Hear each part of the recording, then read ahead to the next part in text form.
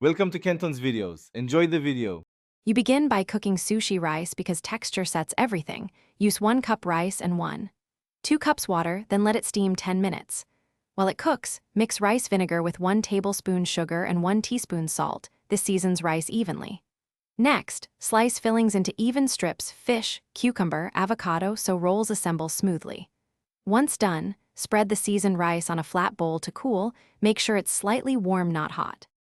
Lay a sheet of nori shiny side down on the bamboo mat because grip matters.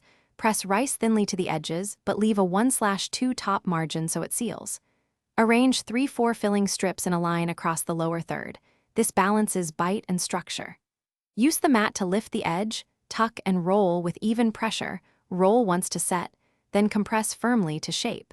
Make sure to wet the edge of the nori lightly so the seam adheres.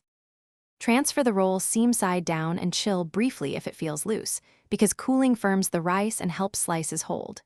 Use a very sharp knife dipped in water to cut. Wipe the blade between slices to prevent tearing. Arrange pieces, then add soy, wasabi, and pickled ginger for contrast. If a roll unravels, re-roll with firmer pressure and a drier nori edge, or press it into a tight log with the mat.